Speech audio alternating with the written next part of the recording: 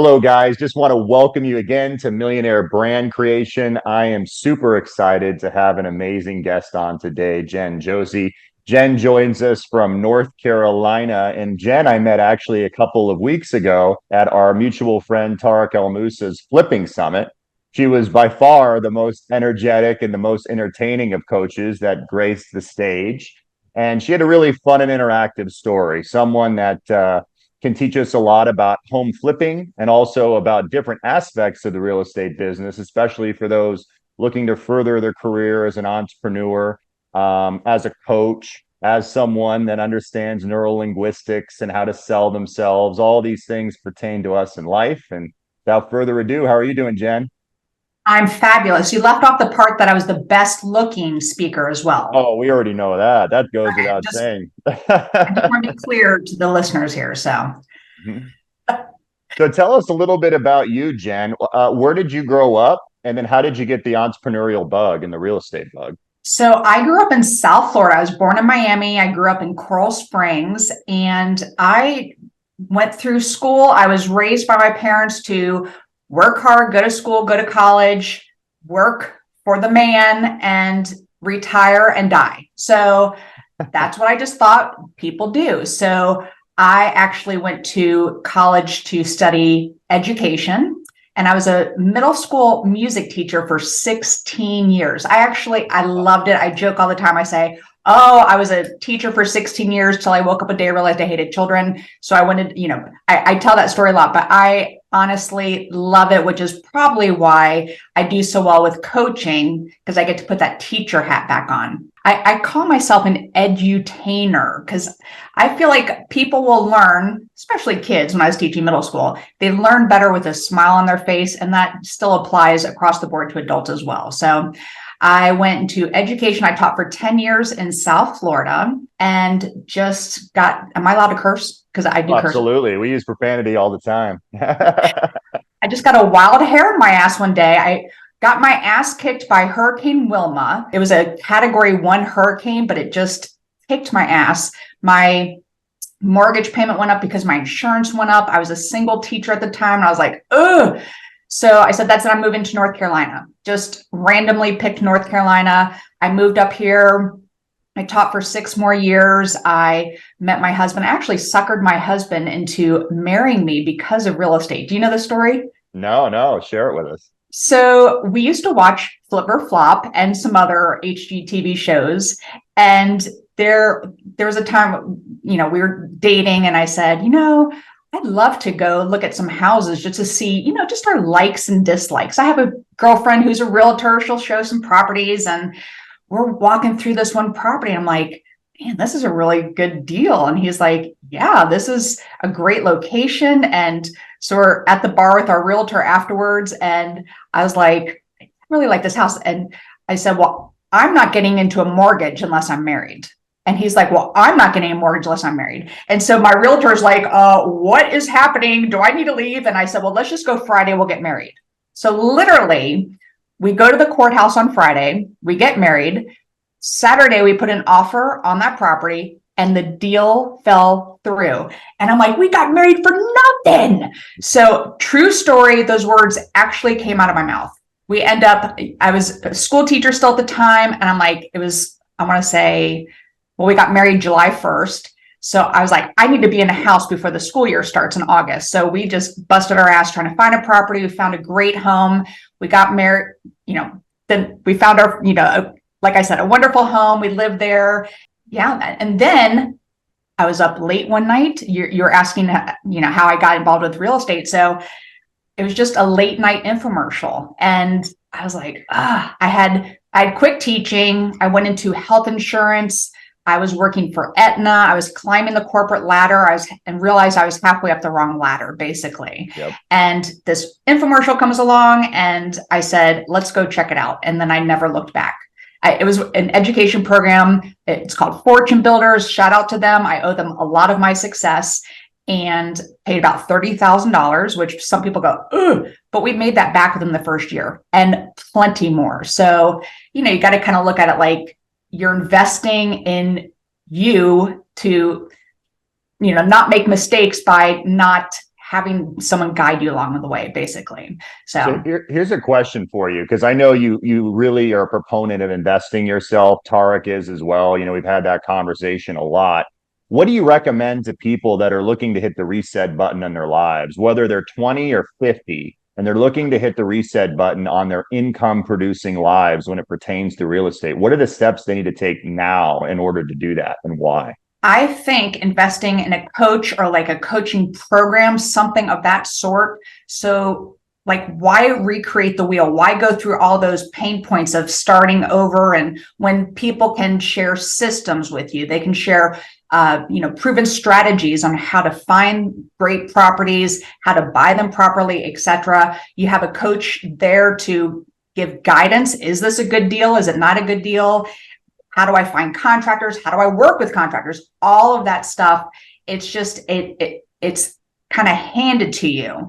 And the people who are successful going through programs are the ones who put massive action behind what they do. So yeah, we just within our first year, I was able to quit my corporate America job within 8 months, and we were making great money by the middle of the next year. The first year was a little tough, but like I said, by the middle of the next year, we were doing pretty well. So you're probably one of the most, I would say, renowned coaches, because I know everyone loves you. When you go on stage, everyone's clapping. What are some of the success secrets you see your students have? Like, what are the differences between the winners and, or let's say, the people not getting the results that they really want in their lives? Great question. And I have actually really been thinking about this lately. It's taking massive action. And that's what Tarek repeats over and over again on stage with our students, is taking that massive action. You can, have a coach that will help you set up your business entity, help you get your website, help you make business cards. Who use business cards anymore? Just all these things, and set up a good foundation. And then they don't have any properties. They're not doing any deals. It's the people that dive in, that have, they're sponges. They just are absorbed. And I will tell you, the other ones that are not successful are the ones that come into the program thinking they already know everything. So they're not coachable. So that's a big thing. You want to make sure you're coachable. Jumping in, taking massive action, having that support system around you to push you in the right direction. I love that.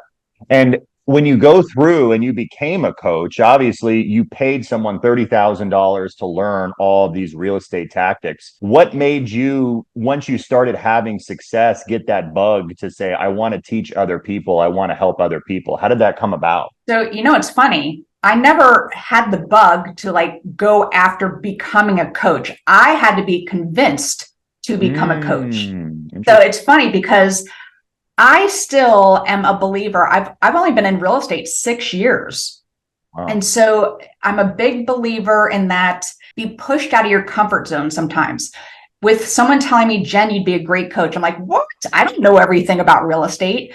But when you are coaching people and you're saying, I don't know the answer to that, but let me find it for you, or this will be a better person to answer that question for, then that kind of takes that pressure off. So me starting, I was really very, very nervous. I'm like, I make mistakes all the time. How am I? But that's also what makes me a good coach, is that I don't think I know everything. So I really had to be convinced. My good friend, Rob McIntosh, is the one who recruited me.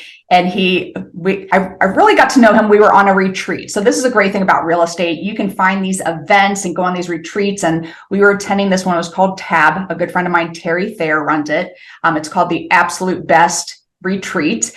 And we were in Jamaica, and most of the crew was going down the rock slide. And I'm like, yeah, I don't trust myself with that, especially when you got to hold hands going up there and trust somebody. Like, I don't trust someone pulling me up, much less me pulling somebody else up. So I kind of hung out the bottom, and I hung out with Rob McIntosh, older gentleman, and we got along so well. Great guy. And he reached out to me later. He said, I don't know, do you know this guy his name is Tarek El Moussa? I'm like, oh, yeah. He's one of the reasons why I got into flipping real estate. Well, he's starting this coaching program, and I just think you'd be a good coach. I'm like, oh no. So that's kind of where it came about. And I had you on my podcast recently, and you had asked me a question about about knowing people. What was your question? What was the most beneficial? What's the most important? What you know, who you know, or who knows you?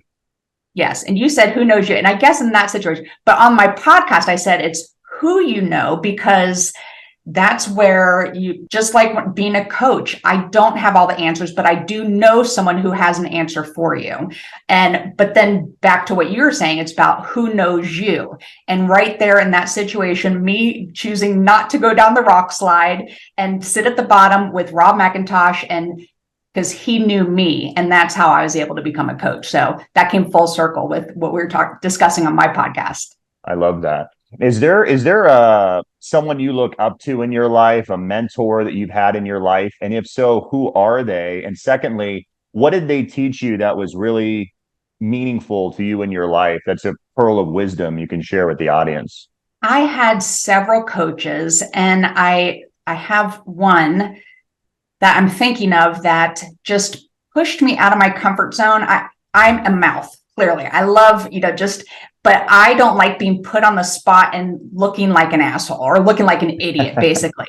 And so we were doing elevator pitches. This is right when we first started. And he put me on stage to say my elevator pitch, and I just froze. And it's one of those things where it kicked my ass. And I said, I will never not be prepared ever again. So that was it.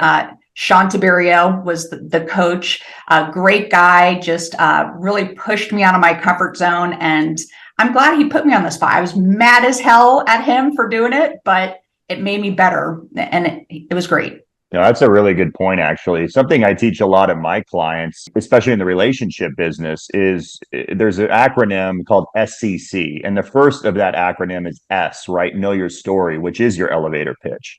Because here's the question I want to ask you. What is the first question a stranger will ask you in a common conversation? What do you do Why do they ask that question? to get to know you? The real reason they ask that question is why should they know you? Think of that, right? Ah, And they're asking, is this person worth my time? Is this person someone I can learn from or get to know or have commonality with, which is the second part of that acronym, which is C, which is create commonality, right? So you have your story, you create commonality, and the third C is conversion. How do you convert that relationship into a mutually beneficial time together, right? And I think that's what you do so well with your students, and what I saw you interacting, as an audience member, is you convert quickly because they read your energy, they're excited by your energy, they learn from your energy and your tutelage, and then they're using that to invigorate themselves to hopefully do more, right? But no, I think that's great. I think it's wonderful. And for those that want to do more or be more, what would you recommend, having spent 6 years in the business? Like, what are some pearls of wisdom you could shed light on them to say, these are some things that I would avoid, or these are some things I would do now to become more successful? one of my coaches gave to me this saying. I have to read it on my computer. And I ended up putting it on yellow cardstock throughout my house. And it says, entrepreneurship is living a few years of your life like most people won't, so you can live the rest of your life like most people can't. And when I first read it, I was like, yeah, bust my ass, massive action. I get it. But what it truly evolved into was entrepreneurship is living a few years of your life like most people won't. And those most people are your family, your friends. And when you get into entrepreneurship, it's one of those things where, Warren Buffett says, or whoever, maybe it's Jim, or I don't even know who said it, but you surround yourself with the 5 people, and that's who you're most like. So, like my mom, for example, why would you quit a perfectly good job to go after this real estate thing? And just, I can't change their opinion of it. And they have my interest, best at heart, but really re-looking at that phrase. And so, like, most people can't at the end. So you can live the rest of your life like most people can't.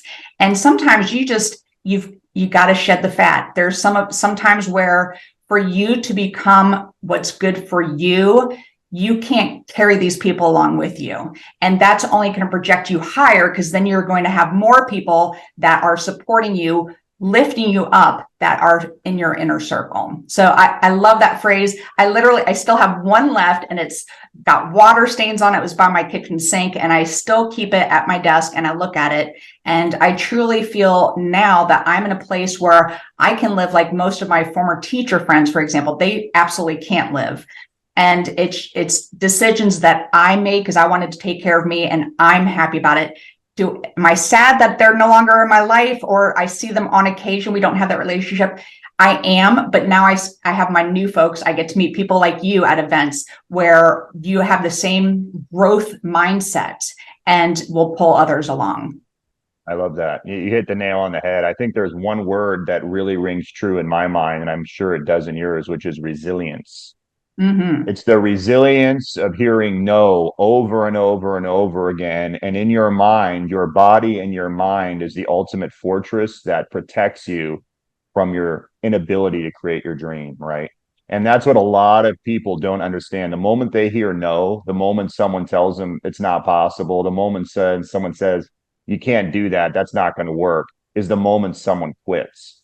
And if you look at really successful people, I've studied them my whole life, and any outlier, like Malcolm Gladwell's Outliers, I don't know if you ever read that book. Yes. He says, anyone can be a master at anything if you have over 10,000 hours of practice at that thing. And what I thought was, wow, like if you look at Tarek's story, you look at your story, you look at my story, we've all had some outlier success in our particular field. And I don't think we're really that special, and unless you really look at the resilience component of learning our failures along the way and implementing change, right? That's the mark of intelligence in my mind. Being able to change, being able to say I'm sorry, and being able to learn quickly and calibrate quickly towards your success. What do you think of that? When I hear someone say no, I had to really get into the mindset that no actually means next. So no, on to the next. And I had a sales coach before I got into real estate. I sold Aflac for about 30 seconds. Ugh, I'll never do that again. They told me, go out there and get 25 no's. I'm like, no's? They're like, yep, keep going for the no's. And eventually one of those no's will be a yes. Oh, you only got 24 no's? Go out there, get one more no. And got another yes. So it just kind of flips that mindset. And it really was a great learning experience for me to know on to the next one. Just switch it around. No, that's a great component. And then what do you tell students, and what do you see in students that obviously give all this time and pay all this money to be part of HomeSchooled? What are some of their tactics and or tricks that you've seen of the super, super successful ones that have taken your guys' program and implemented your tactics extremely well? It's that massive action. It's the hustlers. It's the one out there that are using the systems that we hand them. They're not trying to recreate the wheel. We are handing them these tried and true systems, and they're applying them. And that's how they're seeing a lot of success. Are they constant students? Even I would assume the coaches are even students themselves, right? We're constantly sponges trying to learn. I was just going to say, I'm always consider myself a student as well. I join masterminds myself. I, just go to as many events that I can attend so I can always increase. The name of my company is called Jolific. And when we bought that first house, we used to call our backyard, my last name is Josey. We used to call it the Joasis, and we had the Josebo. And so we had Ring Around the Josey. We had Joe Hammocksburg, our hammock in the back. We had chickens at one point. We called it Josevian Manor. So anyway, we have a lot of play on words. And when I was creating our company, when my husband and I were creating the company, I wanted it to be about growth. So I'm a big believer in I will never know everything. And I'm constantly wanting to increase. And especially in real estate, you've got to shift. Like right now, it's more for me, it's more about buy and holds or getting into a little bit higher luxury flips. But during COVID, I mean, you could list a piece of garbage and still get 100K over asking. So there's just different, you got to learn to shift. Right now, the short-term rental market, people say it's getting saturated. I don't know if it's necessarily that it's saturation, but I think people are just traveling less. But because there are more and more people in the short-term rental market, you have to be able to shift and make your place stand out. So that's the thing. It's constant evolution. So going back to the name of my company, I want it to be prolific. So the name of our company is Jolific. We have Jolific Homes, we have Jolific Properties, Jolific Construction. It's a made-up word, so it's nice short for an email address, but it's just a constant growth and also bringing people along with us, which I think is really important because people did that for me. And that's the great thing about real estate too, especially investors, is you start making this passive income and it's so, okay, I have mailbox money coming in. What do I do now? And that's when people want to help others in this industry. And, real estate is not pie. It's not this person gets a piece of this pie, this person.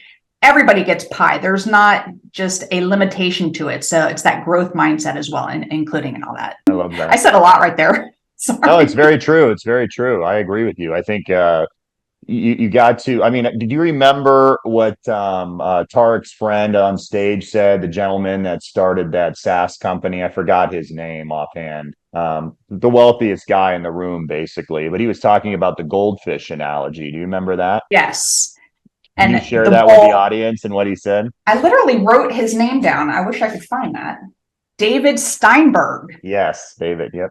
Yes. So you only grow as large as the container you're living in, basically the goldfish. So you put in a larger container, it's going to grow larger. So that's the whole concept behind the goldfish. And I mean, that's true. You got to think, if you think paycheck to paycheck, that's all it's going to be. You've got to, think much bigger. Don't think small. Always think bigger. And it's so much easier to say that than it is to really put it in action. And it's funny that you say that, because everything I've ever gotten in life that other people go, whoa, how did you accomplish that? It's always because it was a little stretch. It was possible, but the possibility of shit to go wrong was high. And so for me, I always thought, if you feel comfortable, you're not stretching yourself enough. You got to feel a little bit on the edge to where you're like, this is a risk. It's calculated. It's smart, but it just creates so many opportunities in life. Can you share with the audience maybe an example of that in your life? So something that really helps me to stretch a little bit further, and maybe this is cheesy, I don't know. I use vision boards. I literally have it in my face right across from my desk, exactly what's going to happen. And it's so funny how vision boards turn out. So I do them at the end of the calendar year. And so at the end of 2019 for 2020, I had a picture of a couple working in an office together in hopes that my husband could quit his job and help me run the business full time. So I had that picture up there. Well, COVID hit, and yes, it did happen. I was, looking at this and envisioning it, and he is working in the office, with me because of COVID, because everyone's working from home. But, and another great one there was a microphone. I had taken a course to become a public speaker and do all this, and I had a microphone on there. COVID hit. That microphone ended up evolving into a podcast microphone. Nowhere on my radar was to ever do podcasting. And it just I was pushed out of my comfort zone again from a friend who said, Jen, you would be great at this. I'm like, I don't know. And I really stretched out of my comfort zone and I went for it. I'm truly grateful. Devin Bravaco, by the way, she was another speaker. She's a coach for HomeSchooled. She's the one who said, Jen, you got to do this podcast thing. So I did it. I just jumped in the deep end, didn't know what the hell I was doing. And now I'm in my third season, 160 episodes later, and loving it. So I get to meet awesome people like you. I'm just like, I can't believe this is my life. I get to talk to like such cool people in the industry. So having that vision board, and by the way, on my vision board right now is a picture of Tarek's yacht, by the way, because I do envision myself. Have you been on Tarek's yacht?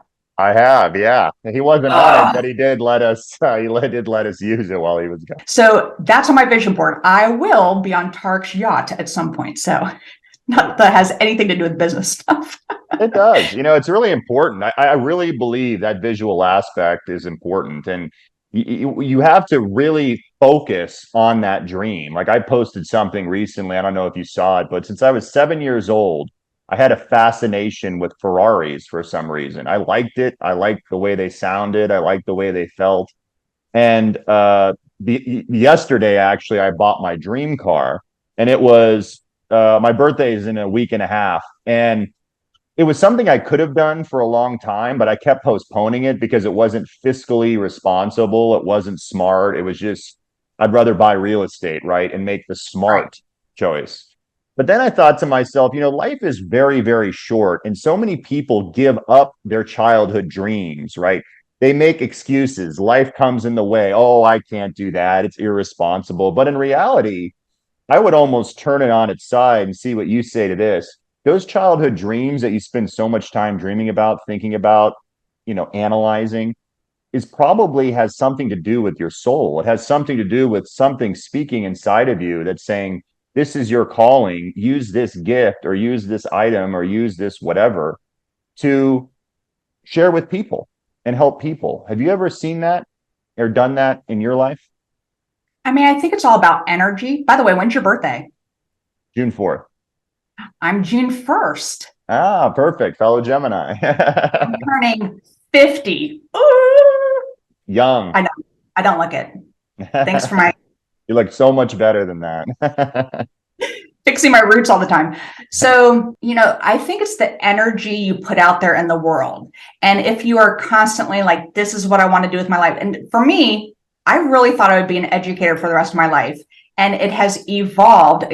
Like I got really burned out teaching middle schoolers, okay? And the whole political bullshit going on with that.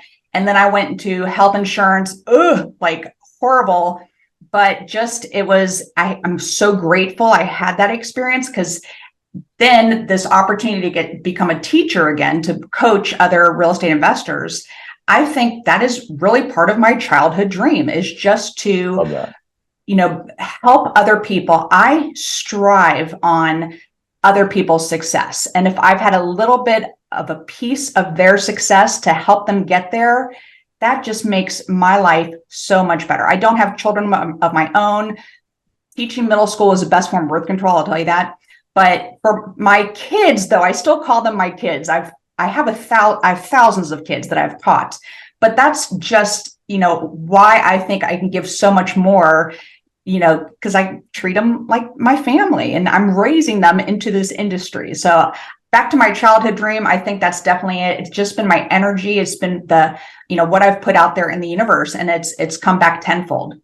I love that. I That's a feel the great exact question. same way. My real estate, I don't have any kids either at this time, but real estate are my children. I mean, all my little houses, all my rentals, they are children. Exactly. They suck up a lot of money and a lot of time and a lot of energy, and they pay you back every month. So it's a beautiful gift. So here's a Yes. question for you. I always ask all of my audience members, we're going to probably close up in 4 or 5 minutes. But if you had a child and you could give them one piece of advice, something that you've learned, something that really rings true in your life, and they're coming into this world wide-eyed, excited, what would you tell them? What would be the piece of advice you'd give them to help shape their life? Don't give a shit what other people think.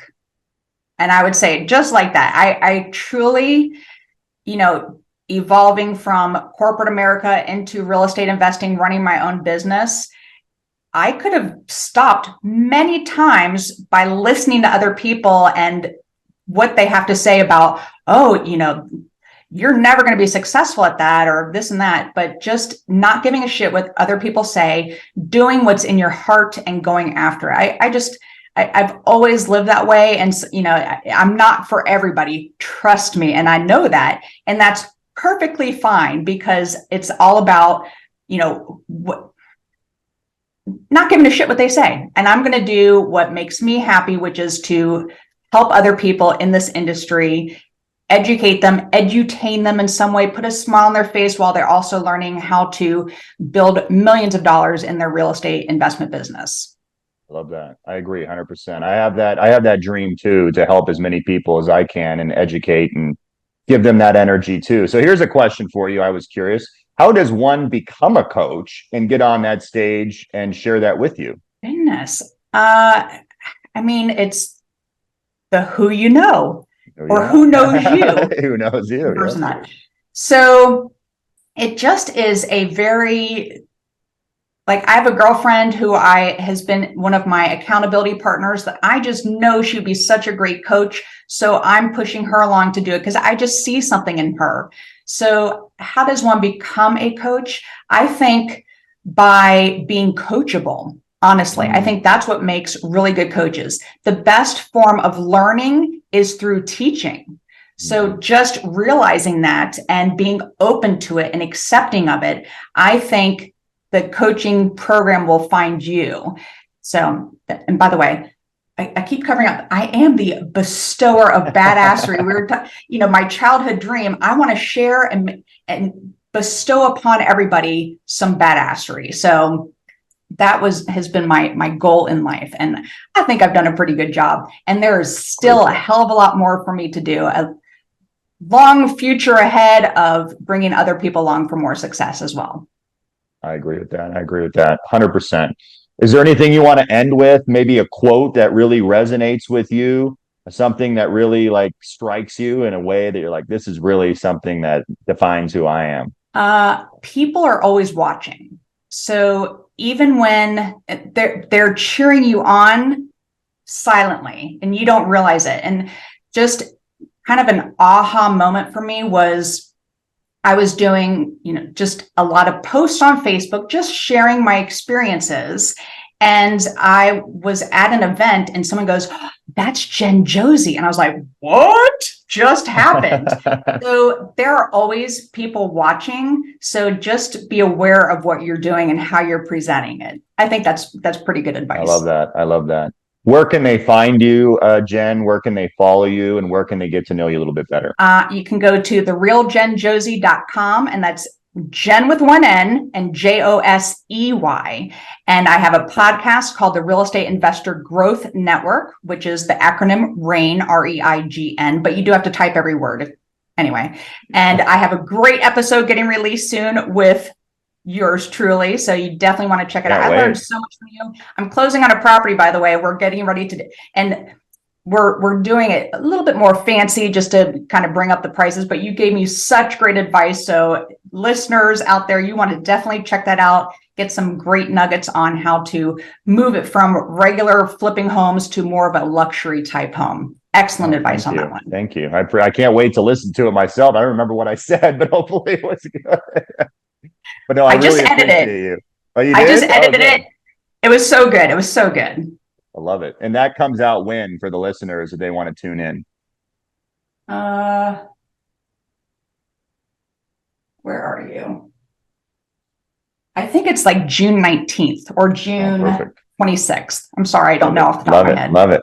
Well, I'm really excited to listen to it. I hope you guys enjoyed this. And thank you again, Jen, for taking the time. And I can't wait to see you coach more. And I'd love to help you coach and do anything that I can do. So any way I can help you, just let me know and reach out, and look forward to your continued success. Well, I appreciate it. Thank you so much for having me today. I appreciate it. Yeah, thank you. Have a great day. We'll see you guys later. Bye. Bye.